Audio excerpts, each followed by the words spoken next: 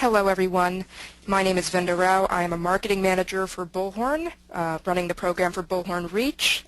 Welcome to today's webinar. Thank you so much for joining us today. Just a few things before we start off. You'll see a questions pane in your GoToMeeting bucket, and feel free to ask us questions throughout. We'll try to get to as many as we can. Additionally, if you would like to tweet today's session, please use the hashtag SR7Myths, SR the number 7 and then myths. And with that, I will introduce our presenter today, Miss Lisa Jones. Lisa Jones is a director at Barclay Jones, a consultancy working with agency recruiters, corporate recruiters, and B2Bs, advising them on the most effective use of technology, the web, and social media to improve their business processes, recruitment, and bottom line. She's been in the recruitment industry for 13 years now, and in the technology sector even longer, but you know, we're ladies, so we won't say how long. She loves eating chocolate and hates to exercise, but she does both out of necessity. And with that, I'll hand it over to Lisa. Lisa, please begin. Hi there everybody, hi wherever you are in the world. Let's just warm you up and get you used to using that questions pane on your GoToWebinar dashboard. Pop in and just let me know which city in the world you're dialing in from, so at least we can all get used to each other and I can figure out what accent I should be using, she says, being a true Brit. British people can't do accents. Fantastic. We've got Surrey, Southfield, Sant Antonio, Phoenix, exclamation mark. Obviously you're very, very assertive in that part of the world. Wow, lots of different parts of the country and world coming in here. Brazil. I almost think, Vinda, we need to have an award for maybe the person, you know, that's furthest away. But I'm not going to say. Furthest away from us or from you, Lisa? Because you're in London and we're in Boston. I'm in the center of the universe, so clearly it's me. Right, fantastic. Really, thank you very much for everyone. Just warming up that questions panel because, you know, we want you to be ready and willing. Right, so we've got all sorts of different people. It looks like mainly US, but, you know, the UK are always bringing up the rear, so we like that. Right, thanks everybody for attending. So today we're looking at debunking the 7 myths and misconceptions of social recruiting. I'm sure, you know, these will keep us busy as the days go on, but let's begin.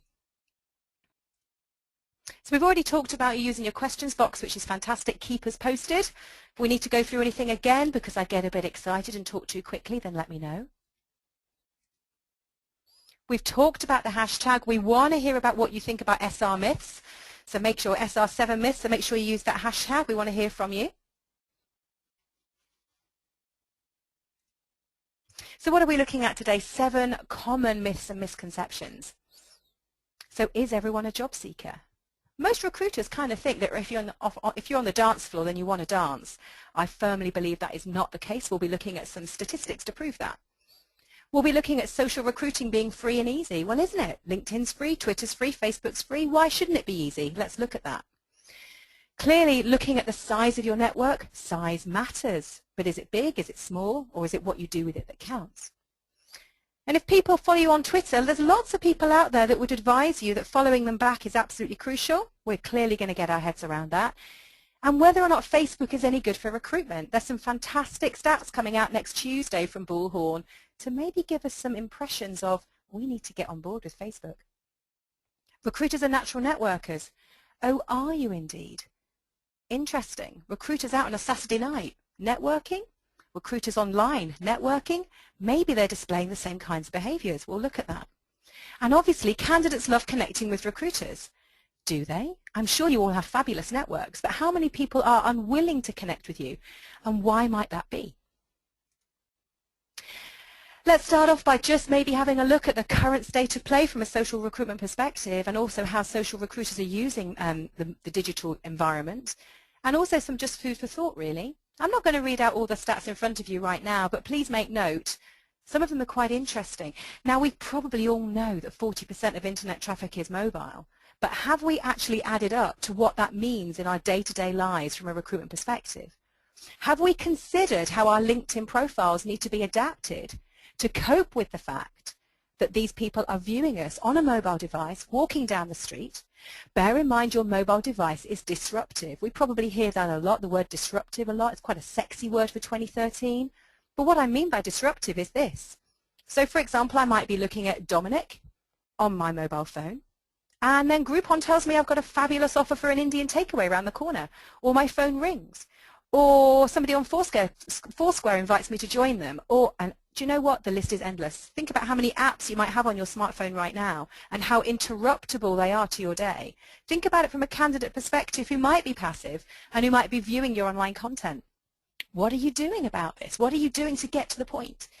So think about that.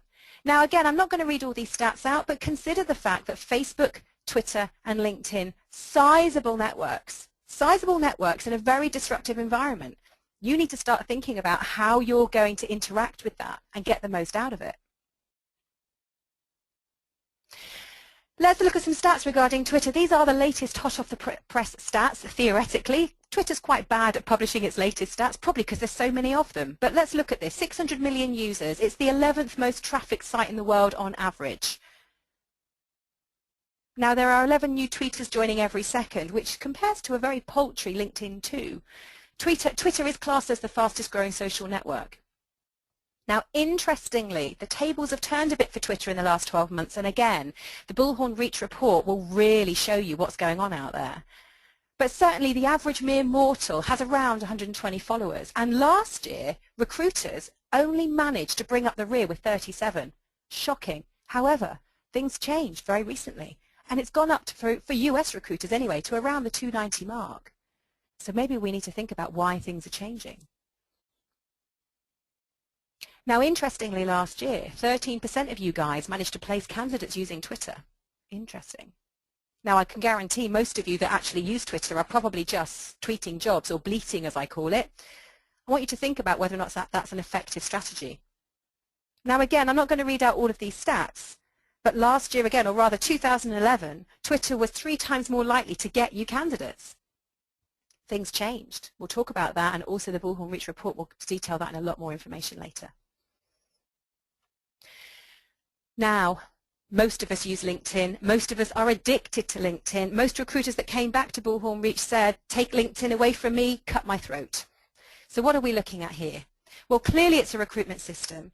It's classed as professional, but I actually have the belief that we share more data on LinkedIn than we do on Facebook, as in more personal data, something to chew over maybe. Huge amounts of data, 3 million companies, 1.66 million groups. 26% of the people that use LinkedIn are doing it via a mobile device. So again, think about these large groups of people drinking their chai tea latte, looking at your job. Interestingly, perceptions about LinkedIn and the demographic are changing. For example, LinkedIn have a massive business plan to target pre-grads and students. It's the fastest growing demographic at the moment. If you are interested in targeting that environment or maybe post-grads, you need to think about how you're going to tap into the alumni environment within LinkedIn. Let's quickly review Facebook. Now, I've had a question come in. What is the significance of a LinkedIn endorsement? Good Lord, that's a webinar all in itself, Dominic. Let me come back to you on that if we have time by the end of it. So Facebook, 1 billion users. It's the second most trafficked site in the world. It gets very fed up with Google. They're constantly having lovely fisticuffs at the top of that ranking there. But interestingly, 85% of Google or internet users have an account. So again, let's start taking this really seriously. Now, I'm often asked about what my views on Facebook recruiting are, and they're very, very simple. Go to the party and put your makeup on. If you turn up to Facebook with dilated pupils, a pint of beer, looking your worst, talking about yourself all day, keeping bad company, then clearly it's not going to be a very successful recruitment tool. I'm going to park that debate for now, but give it some thought. The other stats on here are pretty impressive. 3 out of every 4 minutes are spent on Facebook. 16.7% of recruiters placed candidates 2 years running, more than they placed from Twitter. Think about that. Now, actually, when you look at the report that comes out next week, you'll notice that less people use Facebook, but they have more success. This is very, very great. It's a great stat. Think about how you could use that going forward. So some interesting stats there regarding Facebook. I've got a question coming in. Would you use Facebook personal account for recruiting or a separate company page? Massive debate, and we may need to park it, but here goes for about 20 seconds. This is my view for what it's worth. If you try and keep your online personality secret because you're worried about how your clients and candidates might be viewing you, I kind of think That's not going to work. If I really want to see you, I'll find you. Even if you've clicked the privacy settings, there are still ways of me figuring out what you've got to say. Even if it's a worst case scenario that somebody decides to take a screenshot of you looking particularly bad and pasting that as a photograph, I could still do that. I could still email out your content to my colleagues. So this is my view, and it might sound a little bit boring, and maybe Mark Zuckerberg doesn't like this. But don't do anything online that your clients and candidates are going to be offended by. And then you can relax. That's me kind of dealing with that. Debate for another day. Let's start with the first misconception, that everyone is a job seeker. So you go to a club, there's a gorgeous, I'm a lady, so I'm going to say there's a gorgeous, let's say, Bradley Cooper on the dance floor. He's my new guy. Does he want to dance with me? Maybe he does, maybe he doesn't. As a job seeker, look at these stats. Only 21% of online professionals are active. The rest are passive. This is the case for all social media platforms, not simply LinkedIn. Look at the other statistics. You've got things like explorers, tiptoers, super passive. These stats come directly from LinkedIn anyway. But let's get some ideas about what these things really mean. Because as recruiters, we think that everyone is active. Maybe because we don't like taking no for an answer. Maybe we think because every job we've got is absolutely fabulous and worth moving for. Look at the stats in front of you right now. So we've got, for example, explorers not actively looking but willing to discuss the right opportunity. Maybe you regularly come across tiptoers. They're thinking about it. They might reach out. They're not quite sure. Super passive. And when we say happily, yes, as recruiters, we do believe that everyone is actively looking for work if you put the right deal in front of them. You've got to be able to spot these people. So let's think about how we might look out for job seekers. Bearing in mind your definition of a job seeker, Mr. and Mrs. Recruiter, might be very different to what they might see themselves as. Bear in mind, by the way, that one of the latest stats from LinkedIn is that people on average only spend 17 minutes per month on LinkedIn, whereas you and I are on it 24/7. So we have to change our perceptions about how people want to behave online. So let's see how we can find them. Now, cheap. What do they call it? Plug here, but Bullhorn Reach Radar. Now, I would say hands up, and I'm clever, but I'm not that good at seeing all the way to Brazil. Get to your questions panel on your GoToWebinar dashboard and tell me which of you use the radar option in Bullhorn Reach, and be honest, or are you just simply using it for job posting? Say yes if you use the radar, say no if you don't. I'll say what's radar if you have no idea what I'm talking about.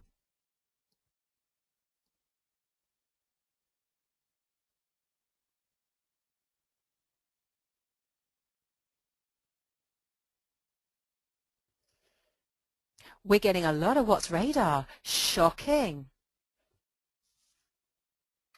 Couple of yeses, but mostly no's. Interesting. Let's see. Let's go and have a look at this. I'm going to give you a very quick demo now because I might as well.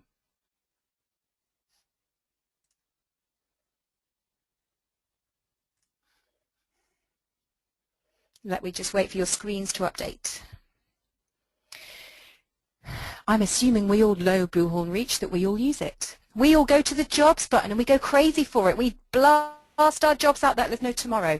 The radar button is the button that gets me the most excited. The radar button gives me a bit of a cloak that I can go in and check out my network and get an idea of what they're getting up to. The potential movers option is very powerful. Lots of my clients use this to establish whether or not people they're connected to on LinkedIn have done stuff recently which could be interpreted by the algorithm that they're ready for a move, or that things are changing. Notice the crosses down the right-hand side that I can press to say, oh, do you know what? I know Tim. He's not moving. He's just been on a training course, or his employer has asked him to put more detail about how they sell things. The next option within here, very briefly, are people that have recently changed their job titles. Again, could this help you distinguish people that are moving jobs, changing into a decision-making environment, moving companies, and therefore could take you with them? So people are saying, what type of clients is this appropriate for? Anybody that you want to keep in touch with or that you want to know about. And you can dial in whenever you want and get this kind of information. So I'm getting a question, what sort of things make someone listed as a possible mover? It's the way, and again, I'm not going to allude to what the software does, because to be frank, I really don't know. But it says on the right-hand side here, Radar is a smart way to stay up to date with the people in your network. We isolate key updates so you can spend your time acting on this invaluable intelligence. So that's all I'm going to say. If you want to know more about this, I'm going to park this for now. I'll let you spend your time getting in touch with Bullhorn Reach. But bear in mind the Radar will give you an opportunity to study what's going on in your network much more effectively than LinkedIn. I'm getting people telling me this looks cool. I like the idea, cool Radar. Right, so that's one way, clearly. We want to leave with some tips today, surely, not just the sound of this British woman spouting on about stuff. So that's tip number 1. Oh, somebody's got a question. What is the cost for this? Free. We like that. Job Seeker Premium. Clearly we all use LinkedIn. Look out when you're doing searches for people who have paid to be surfaced in search results much higher than everyone else. Let me take you into LinkedIn to show you what this looks like.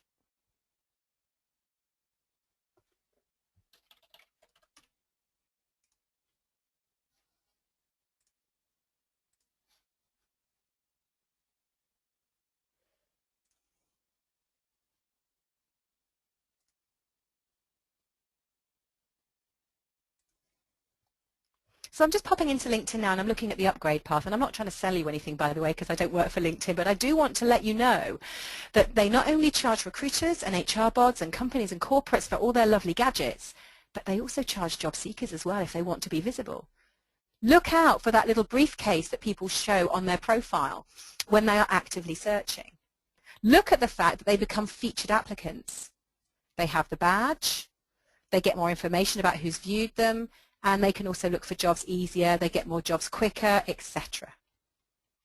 Check out these people. They will have a little tiny briefcase next to their name in search results, and by definition they are saying, employ me. So that's a great way. Now unfortunately for you, there is no tick box to look for job seekers. Interesting. Maybe that's on the agenda, who knows? Clearly LinkedIn groups. Now, LinkedIn groups are a real passion of mine because most recruiters I know have maxed out their 50 plus 20 and are kind of not getting much value from them. Maybe that's your world as well. Look at the job groups again. Look at them every month. Think about the average amount of time it takes for somebody to become from being a candidate to becoming employed. Maybe they're monkeys like the rest of us and they maybe don't, take themselves out of groups that are job related. Consider the fact that any job groups you might be a member of could be actually have a lot of dormant talent in, so consider that, and maybe refresh your groups manually. Maybe go in once a month and say, right, what groups am I a member of, where am I getting value? If the tidal wave appeared and I needed to rescue 2 or 3 of my groups, which ones would be absolutely crucial to me? And I also want you to think about how you advertise your jobs. Now I see lots of recruiters saying, I've got a job, do you want to apply? I've got a job, how do you feel about this? How about flicking this round slightly, and rather than just bleating jobs all day long, you actually approach the groups and ask for help. I need somebody to help me with this. Does anybody know anyone that can help me with a particular kind of role? I want you to flick it round and see how attractive that might be to the sector that you're working in, rather than just acting like the norm. Think about Twitter, for example, 340 million tweets sent every day. What can you do to make your tweet look more attractive? And trust me, auto-tweeting every job you have with poor hashtags or none at all is not the way forward.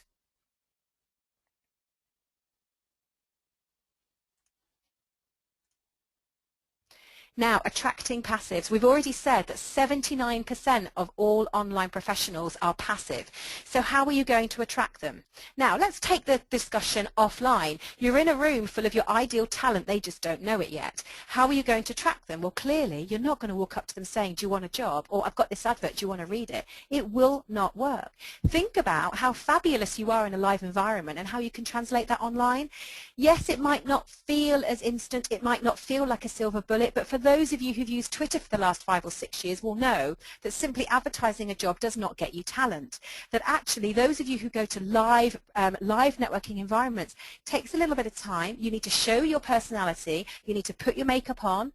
Yeah, makeup, or comb your hair, or style it, whatever floats your boat. But you need to get out there and make an effort.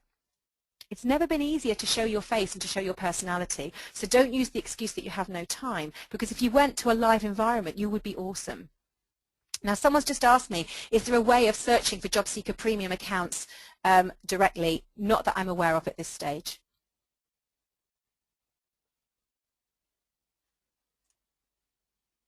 So I want you to think how you attract passives, and this isn't just about what you say online, it's what you're saying when you're not around. So what is your profile saying? If your profile is just talking about the fact that you're a fabulous recruiter, and then you're trying to attract people who are not in the job market, it will not work. You have to behave like sector specialists.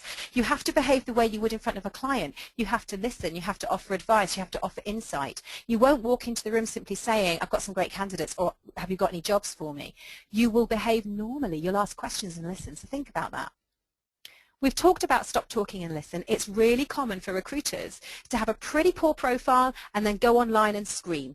It doesn't work. Let's now look at the next myth, that social media is free and easy, and there's a monkey on the page for a reason. Your time isn't free. Does anybody actually know how much time they spend on social media? Some of the clients that I survey spend about 50% of their time on LinkedIn. That worries me. LinkedIn is simply a tool to gather, to get you on the phone more, to get you meeting more people. So you need to establish maybe how much time you're spending. You also need to really dig deep and ask yourself how you're measuring success. I had a client a few years ago who decided to turn Twitter on, and after 4 weeks, they'd not made any money from it, and they turned it off. Is that how you normally measure success? Is 4 weeks worth of phone calls or marketing flyers going to generate you any fees? Go to your questions panel on your GoToWebinar dashboard and do what Rebecca has kindly done, and let me know how many minutes per day you think you spend on social media, just while I'm going through the rest of this slide. Now, are you social recruiting, or are you simply bleating? What is it you're doing when you're going online to justify me reading you? So social media is obviously the act by which you go online and start talking. Social recruiting is clearly where you start gathering communities and helping them understand what you do, as well as offering them opportunities and placing them. Now, I'm getting some fantastic figures coming in here from people from 2 hours, 35 minutes, 2 to 4 hours, 150 minutes a day, 60% of their time. I'm getting people saying they don't post much, they mainly search. Lots of different criteria. Now, there's no hard and fast rule, and it isn't about the more you put in, the more you get out, because clearly you could spend 24 hours a day online and still not necessarily make any money because you're not talking to people. It's going to depend on the kind of environment that you post in and clearly the sector that you operate in as well. Thank you for taking the time to do that. So are you social recruiting? Are you simply beating? Are you simply posting all day long? Do you have Twitter Tourette's? Typical recruiter behavior that I come across all the time. Really poor profiles. You look a little job crazed, to be frank. i.e., it's all about the job. And again, as we said earlier, expecting that everybody wants to dance. Not everybody does. They might be enjoying themselves on the dance floor. They don't want to be interrupted. That's a passive candidate. Think about how you would approach those people, and think about how you'd react if you were rejected. Again, take the conversation offline. Take the strategy offline. If you were in a room full of your ideal talent, what would you be doing? How would you be behaving? What would you look like? You need a strategy. You're not going to turn up at an event with 100 ideal clients and just wing it. You're going to be thinking about what you want to leave with. You need a strategy, and the reason the monkey is there, because I don't think monkeys do strategy, or I'm sure there's some probably eminent professors out there that would totally wipe the floor on that conversation. That's for another day. So let's think about some takeaways from this, from a free and easy social media perspective. Clearly, I'm going to say what you probably hear a lot, which is share more about what you do and share more about what you read. Yeah? Attract passives to you with content that they haven't got time to find out themselves. Even if the content is maybe quite contentious, you can ask, how do you feel about this? You don't need to state your opinion. Stop talking about yourself. Think about the updates that you've made in the last 2 or 3 days. Are they about them or about you? Jobs are about you. Company news is about you. What else are you talking about that's about you? How could you translate that into them? Are you talking about their sector? Tips for them. And don't forget, clients need tips as well as candidates. Clearly, we've talked about bullhorn reach. So how could you use posting and things like radar and stuff like that to gather information and send more out to make your community more glued to you? Shut up about the job for just 5 minutes. Everyone's instinct is, I've got a job, I advertise it. Stop training your clients to recruit. I have seen an interesting trend over the last 3 to 5 years that the more you advertise, the more clients think that your job is really simple. Think about it. If all that you do online all day is advertise a job, hashtag job, hashtag hiring, then all you're doing is saying to your clients, look at this, this is easy. I advertise a job, I get in 20 CVs, you get in 10, you choose 5, you interview 3, one of them's placed. How easy is that? Meanwhile, LinkedIn are very happily selling reduced rate adverts to your clients, and the knock-on effect is your clients start to become more confident than really they deserve to be. Think about what you need to do about this. I've already mentioned when you go into groups, rather than just dumping grenade jobs in there, think about how you could ask for help sourcing rather than just saying, I've got a job, does anyone want to do it?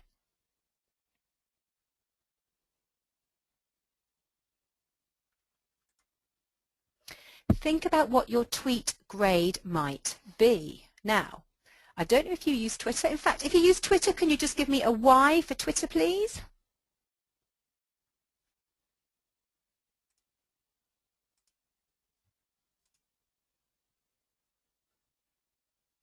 Fantastic. In fact, what I'm going to do, lovely.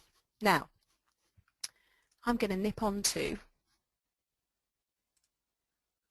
my lovely internet and give you a very quick demonstration on TweetGrader. And I'll leave it running in the background to give you a little bit of something to get your teeth into.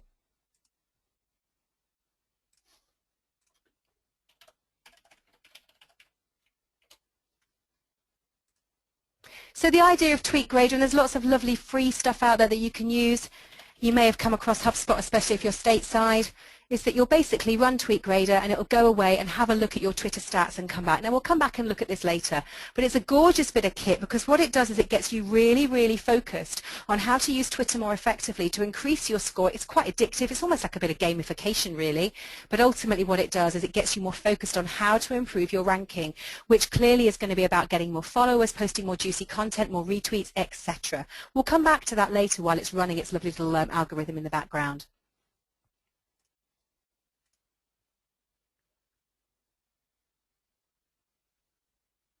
We've already talked about passives. What does your profile say to attract them?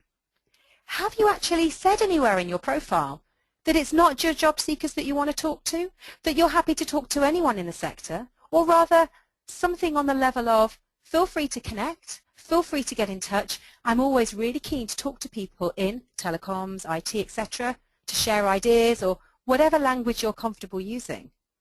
But if your profile screams, I want more candidates, then you are massively limiting your opportunities because people don't see themselves as candidates. And the usual thing that you will always hear me say is stop talking and listen. You do it in client meetings, you do it in candidate interviews, but why is it you're not doing it online? And again, I'm saying you, maybe a lot of you do listen, but in my world, it happens very, very rarely. Let's go back and see whether or not the TweetGrader has done its job. Oh, still running. I do have quite a few followers, so it's just going through all of those. We'll just leave that running in the background. Don't you just love live demos?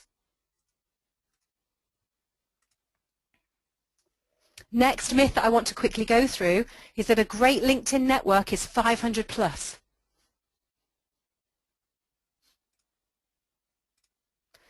Now I'm going to keep you busy for the next 20 seconds.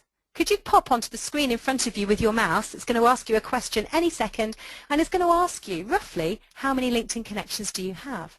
Can you just click on the number that closely corresponds to you? I'm going to give you another 10 seconds or so to quickly grab your mouse, click, and then we'll give you the results of that.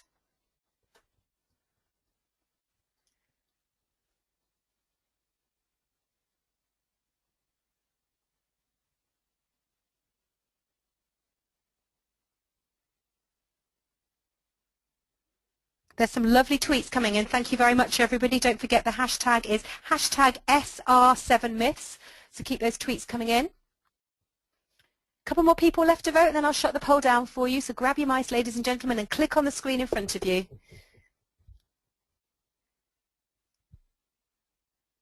Lovely. I'm going to close the poll now. Fantastic. So look at the scores. The scores are on the doors. Now, I'm not a mathematician, but we're looking at around 500 plus really there, aren't we? Which is fairly normal. The average statistic is about 650 for recruiters, about 350 for mere mortal non-recruiters.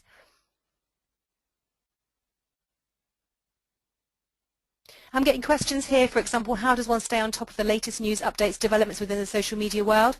Well, I'm going to give 2 plugs here. Clearly you follow me online, and clearly you follow Bullhorn Reach online.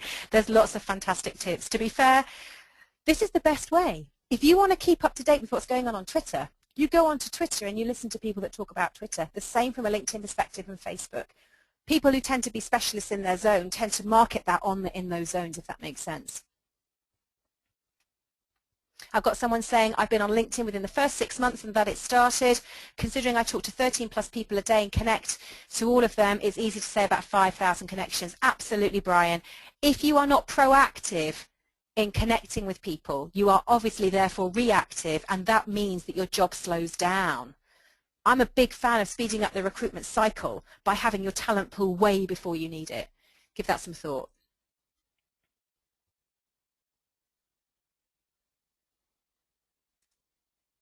So yes, you need to be better connected, and Brian's beaten me to the post here. You need to be better connected. Not than your competitors necessarily, but definitely your clients and candidates. That's one of the things they pay for.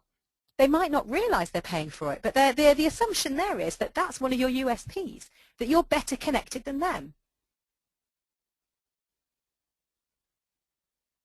I've got another question. Besides candidates and clients, who should they be actively connecting with? Well, thought leaders, definitely. One of the tips that I give to all of my clients is that each of you out there should know the top 10 thought leaders in your industry. You should be asking them regularly for cuddles, and what I mean by that is retweeting, mentioning you online, and you should also be aware of what they're thinking and feeling. It makes your life so much easier. So thought leaders, and obviously suppliers to the industry, because they'll be able to get you through doors as well. And here's a little tip for you. Look out for the lions first. Now, I'm a big fan of lions, not by being one. I must stress this. I don't necessarily endorse recruiters being lions, i.e. LinkedIn open networkers, but I do think it's a fabulous strategy to connect with them, to hunt them down. They'll let you in. It's really worth cuddling lions every now and again to get them to help you with stuff.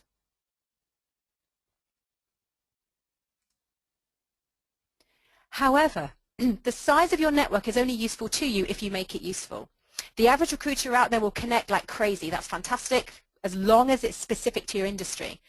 But actually what has been brought to light recently is the smaller networks, especially on things like Twitter and Facebook, pay better dividends. Maybe they're easier to listen to. Maybe they're easier to ask for help from.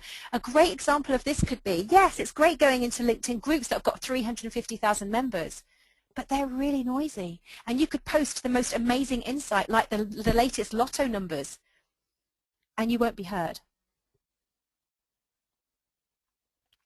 Yep, Kurt's saying they specifically say on the website, LinkedIn this is, that you should not be a lion. I've even had clients of mine that after being restricted and have gone to LinkedIn asking to be unrestricted, that LinkedIn have only offered to do that once they remove lion from their profile.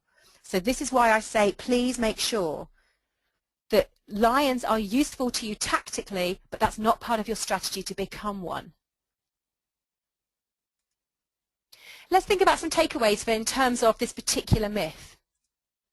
I want you to think about, no matter how small or big your network is, that you use something called LinkedIn tags to categorize and listen. I haven't got time to demonstrate this today, but please go to your contacts database and there's a tags button within there. You simply press manage and it does allow you to create categories that you can drive people into and then capitalize on.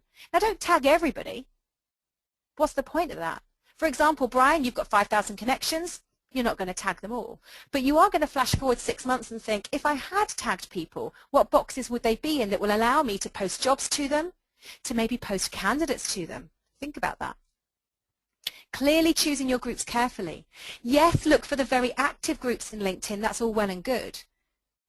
But maybe the bigger groups are not the best places to be, especially if you're sector specialist and very niche. Now, big groups are great for mining them, finding and searching, but they might not be very good for you to raise your profile. Think about that.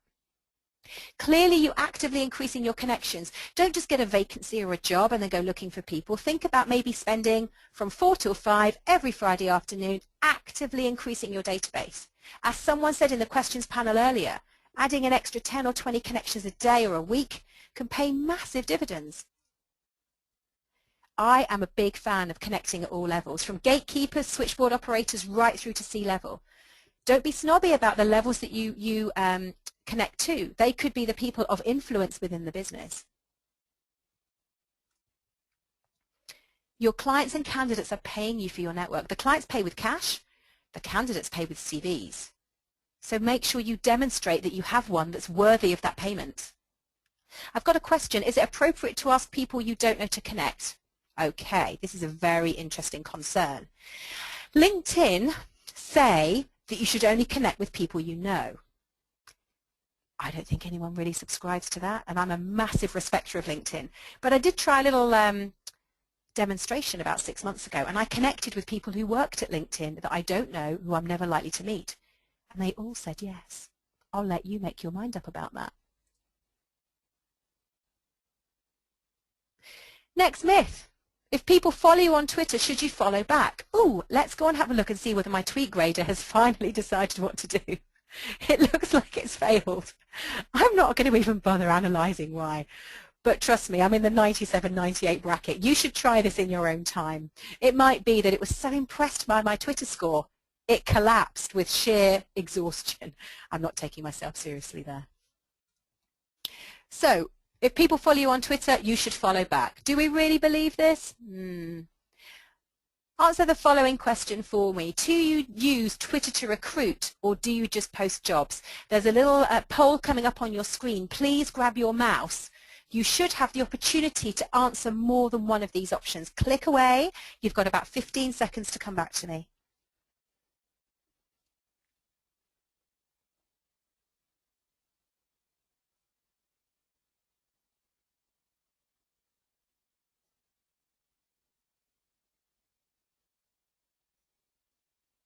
Lots of lovely tweets coming in again. Thank you for that.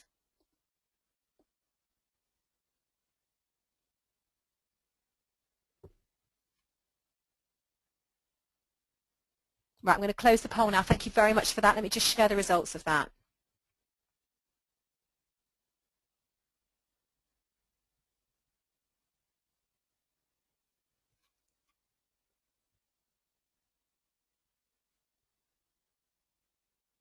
So some interesting stats. A lot of people not using Twitter to recruit. Equally, a lot of people just posting jobs on Twitter. Very few people updating your status regularly or actively searching or listening. Interesting. Give some thought to this. It's not going to work unless you use it, and it's certainly not going to work if you walk into a room screaming about jobs. Think about it. I'm going to move on from that. I'm not going to lecture you, but I am clearly of the opinion that Twitter is fantastic for recruiting.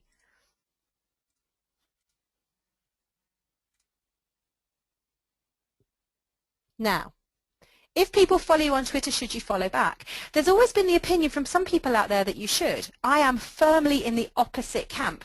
I have about 3,500 followers, and I follow about 380 people. Even that is difficult, even if I use things like Twitter lists and so on. I want you to be sincere in your approach, yeah? Sometimes you might have something interesting enough to say that lots of people are interested, but they are in listen-only mode. So they're not going to actually have anything interesting to say back, so you're not going to listen. But equally, ultimately, from a practical perspective, you've got to consider whether or not everybody who follows you are real or horrible, horrible, nasty robots, fan bots. Equally, the people that follow you, are they actually relevant? How many Thai masseurs are following you? I mean, that would be nice in itself. Or dog groomers. I'm not a dog person. Or, God forbid, life coaches. And I laugh at this because I do know some life coaches who are personal friends, but there do seem to be a lot of them on Twitter. And equally, I follow Mashable and Obama, but I don't expect them to follow me back. So why should I follow everyone who follows me back? I don't. I genuinely believe the following, that following everyone is insincere, it's just not plausible. It's actually unachievable. It's quite stressful because it's noisy. And actually, I do believe, again going back to the dating analogy, that following everyone is a bit like being a floozy on a Saturday night. Now, we all have our moments, but I'd like to not have a moment between 9 and 5. So, what do I think about if you follow people, do you have to follow back? I'd like you to, if you don't already, to start using Twitter lists to segment your database and start listening. Example Twitter lists could be clients. By the way, don't make that Twitter list public. Competitors, another non-public list. Thought leaders, funny, personal, movies, whatever you want it to be. Just like you have TV channels that you know if you tune into those channels, you know what you're going to get. Think about that. Follow influential people. You should know who they are in your sector. Take an hour out of your day in the next few weeks to figure this piece out.